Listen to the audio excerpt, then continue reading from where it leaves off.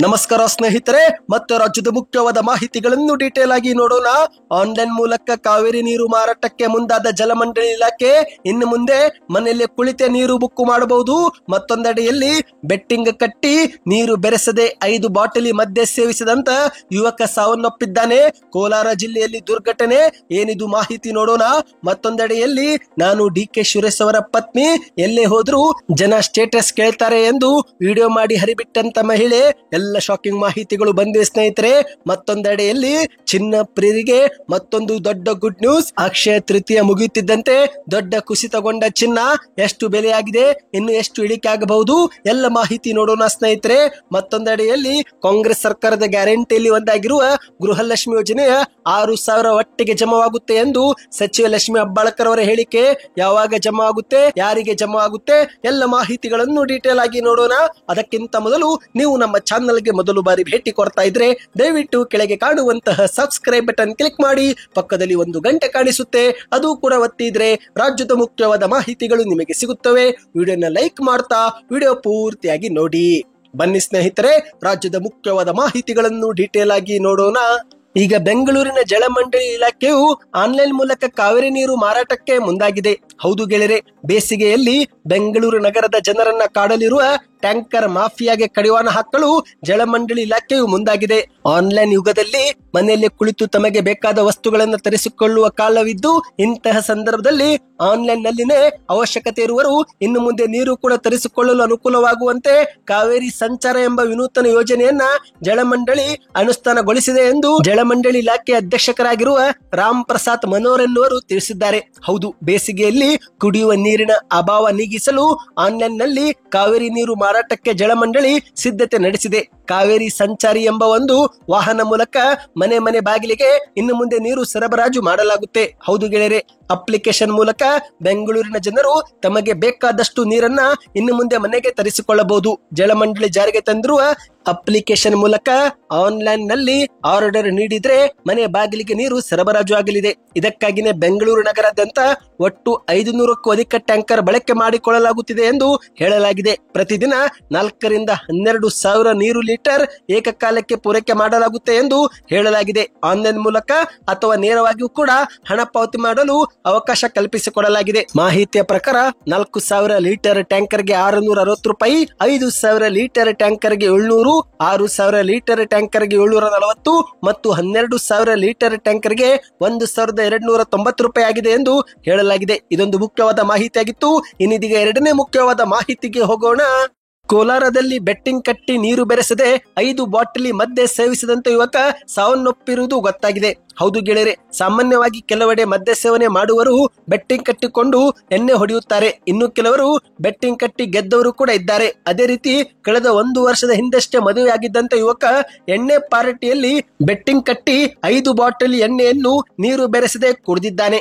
ಆದ್ರೆ ದೇಹಕ್ಕೆ ಸೇರಿದಂತೆ ಎಣ್ಣೆಯನ್ನು ಅರಗಿಸಿಕೊಳ್ಳಲಾಗದೆ ಕೊನೆಗೆ ಪ್ರಾಣವನ್ನೇ ಬಿಟ್ಟಿದ್ದಾನೆ. ಹೌದು, ಈ ಘಟನೆ ಕೋಲಾರ ಜಿಲ್ಲೆಯ ಮುಳುಬಾಗಿಲು ತಾಲೂಕಿನ ಪೂಜಾರಹಳ್ಳಿಯಲ್ಲಿ ನಡೆದಿದೆ ಎಂದು ಗೊತ್ತಾಗಿದೆ. ಕಾರ್ತಿಕ್ ಅನ್ನುವ 21 ವಯಸ್ಸಿನ ಯುವಕ ಮದ್ಯ ಸೇವಿಸಿ ಸಾವನ್ನಪ್ಪಿದ್ದಾನೆ. ಹಣದ ಆಸೆಗಾಗಿ ಬೆಟ್ಟಿಂಗ್ ಕಟ್ಟಿ ನೀರು ಬೆರೆಸದೆ ಮದ್ಯ ಸೇವನೆ ಮಾಡಿದ್ದಕ್ಕೆ ಪ್ರಾಣವನ್ನೇ ಕಳೆದುಕೊಂಡಿದ್ದಾನೆ. ಹೌದು ಗೆಳೆಯರೆ, 5 ಬಾಟಲ್ ಮದ್ಯಕ್ಕೆ ಒಂದೇ ಒಂದು ಹನಿ ನೀರನ್ನು ಕೂಡ ಬೆರೆಸದೆ ಕುಡಿಯುವುದಾಗಿ ಎದುರಾಳಿ ವ್ಯಕ್ತಿಯೊಂದಿಗೆ 10,000 ರೂಪಾಯಿ ಹಣಕ್ಕೆ ಬೆಟ್ಟಿಂಗ್ ಕಟ್ಟಿದ್ದನಂತೆ. ಇದೇ ಗ್ರಾಮದ ವೆಂಕಟರೆಡ್ಡಿ, ಸುಬ್ರಹ್ಮಣಿ ಮತ್ತು ಇತರೆ 3ರೊಂದಿಗೆ ಬೆಟ್ಟಿಂಗ್ ಕಟ್ಟಿದ್ದ ಎಂದು ಹೇಳಲಾಗಿದೆ.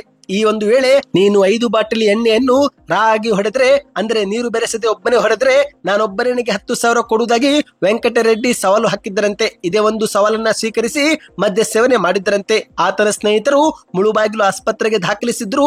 ಆದರೂ ಕೂಡ ಚಿಕಿತ್ಸೆ ಕೊಡಿಸಲು ಮುಂದಾದಾಗ ದೇಹವು ಚಿಕಿತ್ಸೆಗೆ ಸ್ಪಂದಿಸದ ಕಾರಣ ಆಸ್ಪತ್ರೆಯಲ್ಲಿ ಸಾವಿಗೀಡಾಗಿದ್ದಾನೆ ಎಂದು ಹೇಳಲಾಗಿದೆ. ಮಾಹಿತಿಯ ಪ್ರಕಾರ ಕಳೆದ 1 ವರ್ಷದ ಹಿಂದೆಯಷ್ಟೇ ಕಾರ್ತಿಕ ಮದುವೆ ಮಾಡಿಕೊಂಡಿದ್ದ. ಗರ್ಭಿಣಿ ಪತ್ನಿಯನ್ನು ತವರು ಮನೆಗೆ ಕಳುಹಿಸಿದ್ದ ಎಂದು ಹೇಳಲಾಗಿದೆ. ಸ್ನೇಹಿತರೆ, ತವರು ಮನೆ ಸೇರಿದಂತ ಹೆಂಡತಿ ಕಳೆದ 8 ದಿನಗಳ ಹಿಂದೆಷ್ಟೇ ಮಗುವಿಗೆ ಜನ್ಮವು ಕೂಡ ನೀಡಿದ್ದಾಳೆ ಎಂದು ಹೇಳಲಾಗಿದೆ. ಇದೊಂದು ದುರ್ಘಟನೆ ಆಗಿದೆ ಸ್ನೇಹಿತರೆ. ಇನ್ನೀಗ ಮತ್ತೊಂದು ಮುಖ್ಯವಾದ ಮಾಹಿತಿಗೆ ಹೋಗೋಣ. ನಿಮಗೆ ನೆನಪಿರಬಹುದು, ಈ ಒಂದು ಹಿಂದೆ ಅಷ್ಟೇ ನಾನು ಡಿ.ಕೆ. ಸುರೇಶ್ ಅವರ ತಂಗಿ ಎಂದು ಹೇಳಿಕೊಂಡು ಬಂಗಾರ ಮೋಸ ಮಾಡಿದಂತ ಪ್ರಕರಣವನ್ನು ನಾವು ನೋಡಿದ್ದೇವೆ. ಆದರೆ ಇದೀಗ ಮತ್ತೊಂದು ಪ್ರಕರಣ ಬೆಳಕಿಗೆ ಬಂದಿದೆ. ಈ ಬಾರಿ ನಾನು ಡಿ.ಕೆ. ಸುರೇಶ್ ಅವರ ಪತ್ನಿ ಎಲ್ಲೇ ಹೋದ್ರೂ ಜನ ಸ್ಟೇಟಸ್ ಕೇಳ್ತಾರೆ ಎಂದು ಮಹಿಳೆಯು ವಿಡಿಯೋ ಮಾಡಿ ಸಾಮಾಜಿಕ ಜಾಲತಾಣದಲ್ಲಿ ಹರಿಬಿಟ್ಟಿದ್ದಾಳೆ. ಹೌದು ಗೆಳೆಯರೆ, ಬೆಂಗಳೂರು ಗ್ರಾಮಾಂತರ ಲೋಕಸಭಾ ಕ್ಷೇತ್ರದ ಮಾಜಿ ಸಂಸದರಾಗಿರುವ ಡಿ.ಕೆ. ಸುರೇಶ್ ಅವರು ನನ್ನ ಪತ್ನಿ ಎಂದು ಹೇಳಿಕೊಂಡು ಮಹಿಳೆಯೊಬ್ಬರು ವಿಡಿಯೋ ಮಾಡಿ ಸಾಮಾಜಿಕ ಜಾಲತಾಣದಲ್ಲಿ ವೈರಲ್ ಮಾಡಿದ್ದಾರೆ. ಸದ್ಯ ಈ ಒಂದು ವಿಡಿಯೋ ಸಿಕ್ಕಾಪಟ್ಟೆ ಭಾರಿ ವೈರಲ್ ಆಗುತ್ತಿದ್ದಂತೆ ಚರ್ಚೆಯು ಕೂಡ ಹುಟ್ಟು ಹಾಕಿದೆ. ಹೌದು ಗೆಳೆಯರೆ, ವಿಡಿಯೋದಲ್ಲಿ ಮಹಿಳೆಯು ಗುಡ್ ಮಾರ್ನಿಂಗ್, ನಾನು ಡಿ.ಕೆ. ಸುರೇಶ್ ಅವರ ಬಗ್ಗೆ ಹೇಳಬೇಕಂದ್ರೆ, ನಾನು ಡಿ.ಕೆ. ಸುರೇಶ್ ಅವರ ಹೆಂಡತಿಯಾಗಿ ಹೇಳಬೇಕಂದ್ರೆ ನಾನು ಮೊದಲು ಡಿ.ಕೆ. ಸುರೇಶ್ ಅವರ ಅಭಿಮಾನಿ. ಯಾಕೆ ಅಂದ್ರೆ ಅವರು MP ಆಗಿ ಮಾಡಿದ ಕೆಲಸವನ್ನು ಇಂದಿಗೂ ಕೂಡ ಯಾರು ಕೂಡ ಮಾಡಲು ಸಾಧ್ಯವಾಗಿಲ್ಲ. ಡಿ.ಕೆ. ಸುರೇಶ್ ತುಂಬಾ ಆಕ್ಟಿವ್, ತುಂಬಾ ಬುದ್ಧಿವಂತರು, ತುಂಬಾ ಶ್ರಮಜೀವಿ. ಅವರು ಮಾಡಿರುವ ಕೆಲಸವನ್ನು ಇಂದು ಕೂಡ ಯಾರು ಮಾಡೋಕೆ ಸಾಧ್ಯವಿಲ್ಲ ಎಂದು ವಿಡಿಯೋದಲ್ಲಿ ಹೇಳಿದ್ದಾರೆ. ಅಷ್ಟು ಮಾತ್ರವಲ್ಲದೆ ಇಂದು ಎಲ್ಲರೂ ಬಂದು ಕೋಟಿಗಟ್ಟಲೆ ದುಡ್ಡು ಮಾಡಿಕೊಂಡು ಹೋಗ್ತಾರೆ, ಆದರೆ ಡಿ.ಕೆ. ಸುರೇಶ್ ಅವರು ಕೆಲಸ ಮಾಡಿದ್ದಾರೆ, ಅದನ್ನ ನಾನು ಮೆಚ್ಚಿಕೊಳ್ಳುತ್ತೇನೆ. ಇಂದು ಇಡೀ ಕರ್ನಾಟಕದಲ್ಲಿ ಯಾವೊಬ್ಬ ರಾಜಕಾರಣಿಯೂ ಕೂಡ ಡಿ.ಕೆ. ಸುರೇಶ್ ಅವರ ರೀತಿ ಕೆಲಸ ಮಾಡಿಲ್ಲ. ಆ ಒಂದು ಹೆಮ್ಮೆಯಿಂದ ನಾನು ಅವರ ಫೋಟೋವನ್ನ ಶೇರ್ ಮಾಡಿಕೊಳ್ಳುತ್ತೇನೆ. ಅವರನ್ನು ನನ್ನ ಗಂಡ ಎಂದು ಹೇಳಿಕೊಳ್ಳಲು ನನಗೆ ಹೆಮ್ಮೆ ಆಗುತ್ತೆ ಎಂದು ವಿಡಿಯೋ ಮಾಡಿ ಸಾಮಾಜಿಕ ಜಾಲತಾಣದಲ್ಲಿ ಹರಿಬಿಟ್ಟಿದ್ದಾರೆ ಸ್ನೇಹಿತರೆ. ಇನ್ನು ಇದೇ ಒಂದು ವಿಡಿಯೋದಲ್ಲಿ ನಾನು ಆಗಾಗ ಕೆಲವು ಕಾರ್ಯಕ್ರಮಗಳಿಗೆ ಹೋಗುತ್ತಿರುತ್ತೇನೆ. ಜನರು ನನಗೆ ಅಲ್ಲಿ ಬಂದು ನಾನು ಸಿಂಪಲ್ ಆಗಿ ಹೋಗುವುದರಿಂದ ನನ್ನನ್ನ ಪ್ರಶ್ನೆ ಮಾಡ್ತಾರೆ, ನೀವು ಡಿ.ಕೆ. ಸುರೇಶ್ ಅವರ ಪತ್ನಿ ಅಲ್ಲವೇ, ಏಕೆ ಇಷ್ಟೊಂದು ಸಿಂಪಲ್ ಆಗಿ ಬಂದಿದ್ದೀರಾ ಅಂತಾರೆ. ಹಾಗಾಗಿ ಈಗ ಡಿ.ಕೆ. ಸುರೇಶ್ ಅಂದ ಮೇಲೆ ಸ್ಟೇಟಸ್ ಮುಖ್ಯ ಅಲ್ಲವೇ, ಹಾಗಾಗಿ ನನಗೂ ಕೂಡ ಸ್ಟೇಟಸ್ ಮುಖ್ಯವಾಗಿದೆ, ಆದ್ದರಿಂದ ನಾನು ರಾಯಲ್ ಆಗಿ ಇರಲು ಬಯಸುತ್ತೇನೆ ಎಂದು ವಿಡಿಯೋ ಮಾಡಿದ್ದಾರೆ. ಈ ಒಂದು ವಿಡಿಯೋ ಭಾರಿ ವೈರಲ್ ಆಗ್ತಾ ಇದೆ ಸ್ನೇಹಿತರೆ. ಇನ್ನೀಗ ಮತ್ತೊಂದು ಮುಖ್ಯವಾದ ಮಾಹಿತಿಗೆ ಹೋಗೋಣ. ಚಿನ್ನ ಖರೀದಿ ಮಾಡಬೇಕು ಎಂದು ಕಾದು ಕುಳಿತವರಿಗೆ ಮತ್ತೆ ಗುಡ್ ನ್ಯೂಸ್ ಸಿಕ್ಕಿದೆ. ಹೌದು ಗೆಳೆಯರೆ, ಭಾರತದಲ್ಲಿ ಚಿನ್ನದ ಬೆಲೆಯಲ್ಲಿ ಮತ್ತೆ ದೊಡ್ಡ ಕುಸಿತವಾಗಿದೆ. ಚಿನ್ನ ಪ್ರಿಯರಿಗೆ ಗುಡ್ ನ್ಯೂಸ್ ಅಂತ ಹೇಳಿದ್ರೆ ತಪ್ಪಾಗೋದಿಲ್ಲ.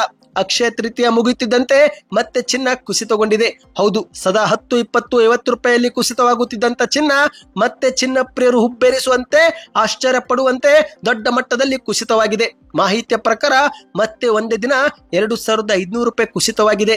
ಹೌದು ಗೆಳೆಯರೆ, ನಿನ್ನೆ 98,000, 97,500 ರೂಪಾಯಿ ಇದ್ದಂತ ಚಿನ್ನ ಇಂದು 95,500 ರೂಪಾಯಿ ಆಗಿದೆ. ಹೌದು, ನಿನ್ನೆ ಏಪ್ರಿಲ್ 30ರಂದು ಅಕ್ಷಯ ತೃತೀಯರು ಹಿನ್ನೆಲೆಯಲ್ಲಿ ಹಲವು ಜನರು ಬಂಗಾರ ಚಿನ್ನವನ್ನ ಖರೀದಿ ಮಾಡಿರುತ್ತಾರೆ. ಅಕ್ಷಯ ತೃತೀಯ ದಿನದಂದು ಚಿನ್ನ ಖರೀದಿ ಮಾಡಿದ್ರೆ ಅದನ್ನ ಶುಭವೆಂದು ಪರಿಗಣಿಸಲಾಗುತ್ತೆ. ಆದರೆ ಸ್ನೇಹಿತರೆ, ಈಗ ಅಕ್ಷಯ ತೃತೀಯ ಮುಗಿಯುತ್ತಿದ್ದಂತೆ ಚಿನ್ನದ ಬೆಲೆಯಲ್ಲಿ 2,000 ರೂಪಾಯಿವರೆಗೆ ಕುಸಿತವಾಗಿದೆ. ಭಾರತೀಯ ಮಾರುಕಟ್ಟೆಯಲ್ಲಿ ಮೇ 1ರ ಪ್ರಕಾರ 24 ಕ್ಯಾರೆಟ್ 10 ಗ್ರಾಂ ಚಿನ್ನದ ಬೆಲೆಯು 95,700 ರೂಪಾಯಿ, 22 ಕ್ಯಾರೆಟ್ 10 ಗ್ರಾಂ ಚಿನ್ನದ ಬೆಲೆಯು 87,700 ರೂಪಾಯಿ, 18 ಕ್ಯಾರೆಟ್ 10 ಗ್ರಾಂ ಚಿನ್ನದ ಬೆಲೆಯು 71,800 ರೂಪಾಯಿ ಆಗಿದೆ. ಇನ್ನು ಅದೇ ರೀತಿ ಬೆಳ್ಳಿ ಬೆಲೆಯಲ್ಲೂ ಕೂಡ 1 ಕೆಜಿಯಲ್ಲಿ 2,000 ರೂಪಾಯಿ ಕುಸಿತವಾಗಿದೆ. ಹೌದು, 1 ಕೆಜಿಗೆ 1,05,000 ರೂಪಾಯಿ ಆಗಿತ್ತು, ಆದರೆ ಇವತ್ತು 2,000 ರೂಪಾಯಿ ಕುಸಿತವಾಗಿ ಪ್ರತಿ ಕೆಜಿ ಬೆಳ್ಳಿ 98,000 ರೂಪಾಯಿ ಆಗಿದೆ. ಈ ಮೂಲಕ ಚಿನ್ನ ಪ್ರಿಯರಿಗೆ ಮತ್ತೆ ಗುಡ್ ನ್ಯೂಸ್ ಸಿಕ್ಕಂತಾಗಿದೆ. ಮಾಹಿತಿಯ ಪ್ರಕಾರ ಏಪ್ರಿಲ್ 23ಕ್ಕೆ 24 ಕ್ಯಾರೆಟ್ 10 ಗ್ರಾಂ ಚಿನ್ನವು 1,01,350 ರೂಪಾಯಿ ಆಗಿತ್ತು ಸ್ನೇಹಿತರೆ. ಇಂದು ಅದೇ ಚಿನ್ನ 95,500 ರೂಪಾಯಿ ಆಗಿದೆ. ಅಂದ್ರೆ ಸರಿಸುಮಾರು ಒಂದೇ ವಾರದಲ್ಲಿ 6,500 ರೂಪಾಯಿ ಕುಸಿತವಾಗಿದೆ. ಇದೊಂದು ಮುಖ್ಯವಾದ ಮಾಹಿತಿಯಾಗಿತ್ತು. ಇನ್ನಿದೀಗ ಕೊನೆಯ ಮುಖ್ಯವಾದ ಮಾಹಿತಿಗೆ ಹೋಗೋಣ.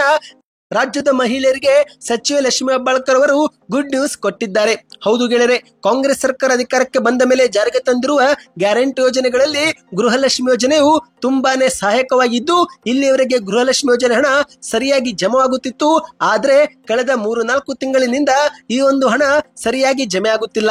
ಹೌದು, 2025 ಪ್ರಾರಂಭವಾದಾಗಲಿಂದಲೂ ಕೂಡ ಗೃಹಲಕ್ಷ್ಮಿ ಯೋಜನೆ ಹಣ ಜಮಾವಾಗುವುದರಲ್ಲಿ ಸಮಸ್ಯೆ ಎದುರಾಗುತ್ತಿದೆ. ಇದೇ ನಡುವೆ ಮಾಧ್ಯಮಗಳ ಮುಂದೆ ಸಚಿವೆ ಲಕ್ಷ್ಮೀ ಹೆಬ್ಬಾಳ್ಕರ್ ಅವರು ಗುಡ್ ನ್ಯೂಸ್ ಕೊಟ್ಟಿದ್ದಾರೆ. ಅದೇನೆಂದ್ರೆ, ಮೇ ತಿಂಗಳು ಮುಗಿಯುವುದರೊಳಗೆ 3 ಕಂತುಗಳು ಒಟ್ಟಿಗೆ ಜಮಾ ಆಗುತ್ತೆ ಎಂದು ಹೇಳಿಕೆ ಕೊಟ್ಟಿದ್ದಾರೆ. ಹೌದು, ಮಾಧ್ಯಮಗಳ ಮುಂದೆ ಮಾತನಾಡಿದಂತೆ ಇವರು, ಮೇ ತಿಂಗಳಲ್ಲಿ ಮೊದಲು 3 ವಾರಗಳಲ್ಲಿ ಗೃಹಲಕ್ಷ್ಮಿ ಯೋಜನೆ ಹಣ ನಾವು ಬಿಡುಗಡೆ ಮಾಡುತ್ತೇವೆ. ಈ ಬಾರಿ ಒಟ್ಟು 6,000 ರೂಪಾಯಿ ಜಮೆ ಆಗುತ್ತೆ. ಹಣಕಾಸು ಇಲಾಖೆಯಿಂದ ನಮಗೆ ಅನುಮೋದನೆ ಸಿಕ್ಕಿದೆ. ಇನ್ನು ಸ್ವತಃ ಮುಖ್ಯಮಂತ್ರಿ ಸಿದ್ದರಾಮಯ್ಯರು ಗೃಹಲಕ್ಷ್ಮಿ ಯೋಜನೆ ಹಣ ಶೀಘ್ರವೇ ಜಮಾ ಆಗುವ ಬಗ್ಗೆ ಭರವಸೆ ಕೊಟ್ಟಿದ್ದಾರೆ.